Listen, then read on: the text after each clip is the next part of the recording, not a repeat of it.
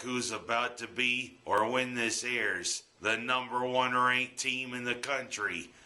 Two big gritty wins, especially that one against Marshall. But also, is Buffalo becoming purgatory? What the heck is going on? Especially when a former Orangeman helps ruin the day.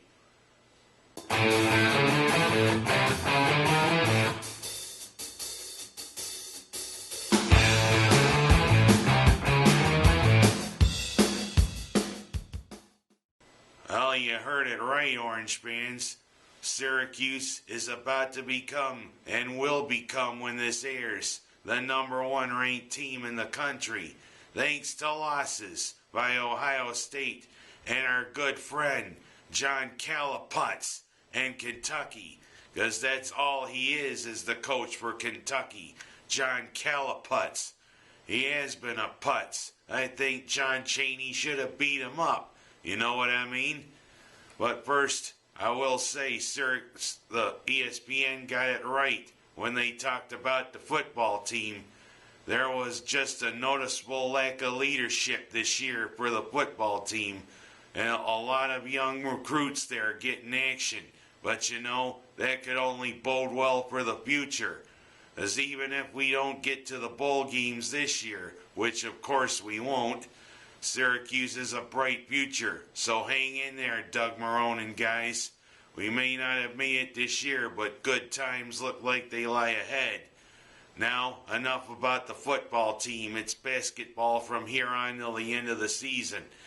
But boy, that was a gritty game early on in the week against a team we played one other time at 2 years after World War II ended. A team with one of the best nicknames in college sports.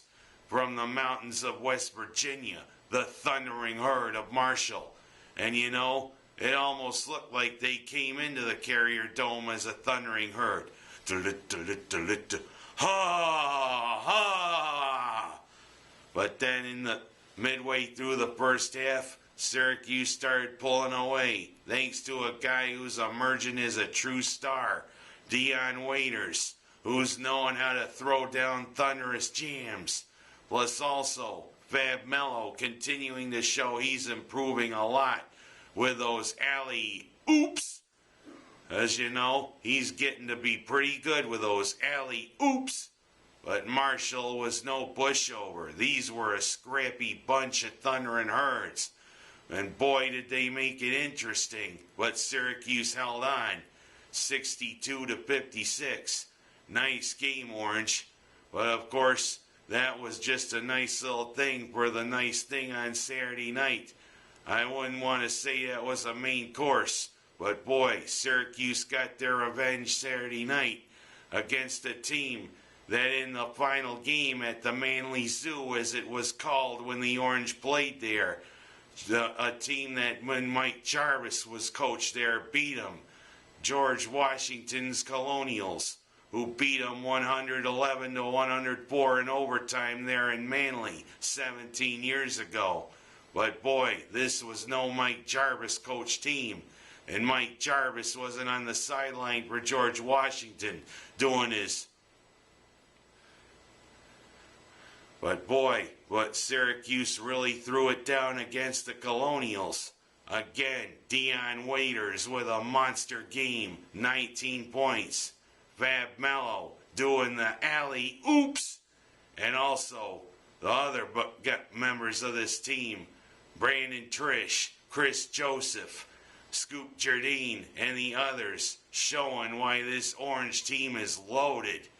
Boy, what a 85-50 throwdown of George Washington to help lead to what has now become the number one ranked team in the country. And we got a week to savor it, because now we are going to have a nice little test. Saturday night, we head down to Raleigh, North Carolina to play the North Carolina State Wolfpack. Will we see more alley-oops?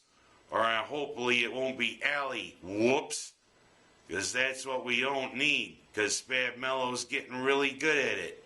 And of course, but Mr. Joseph and Mr. Waiters with some great throwdowns, especially on those jams. Let's keep it going, Orange. Let's hold this #1 ranking for a while, because you know we deserve it. But now we go from the good to the bad. A change, please.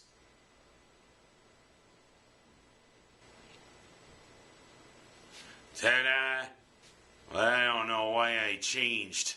It's getting to be a broken record, Bills fans.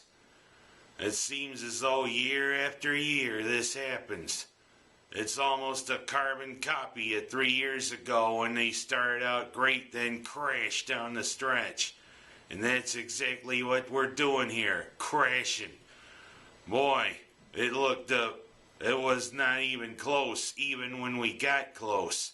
Heck, San Diego took a 16-0 lead right into halftime. And then Rayner, who's our kicker now because Lindell injured his shoulder, made it 16-3. And then on that lucky play there in the third quarter when Rivers goes back to pass and somehow he put butter on his hands, goes back, whoops, and Brian Scott picks it up. Hey, look what I found. And that was the only time Buffalo was even close in this game. Because again, Buffalo can't stop them on third down. It's just like the 10-year anniversary of that playoffs rant by Jim Mora.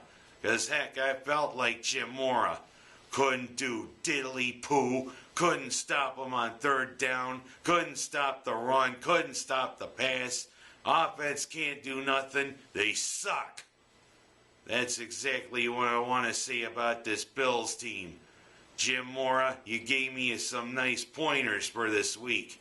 And of course, as I said, it was up to a former Orange to put the game out of reach. Steve Gregory picking off one of Fitzpatrick's passes, returning it for a pick six. And I'm just wondering, because yesterday he pulled off another one of his miraculous comebacks. You gotta wonder, has God put the Bills in purgatory while Denver, led by that good Christian guy, Tim Tebow, which I mean in a good way, while Denver seems to be riding high? What is it?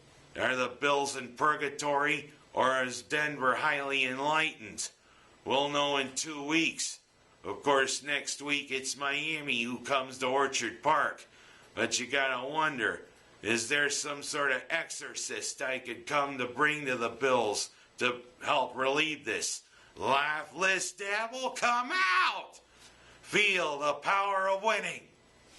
'Cause that's what I want to happen. But you know, this loss officially eliminates Buffalo from the playoffs.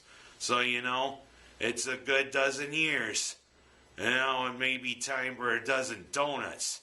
But I don't eat that much, if you can believe that. I'm Ken Haas. That's my story for this week. And boy, more time in purgatory, Bills fans, for another week. Let's hope against Miami we exercise this.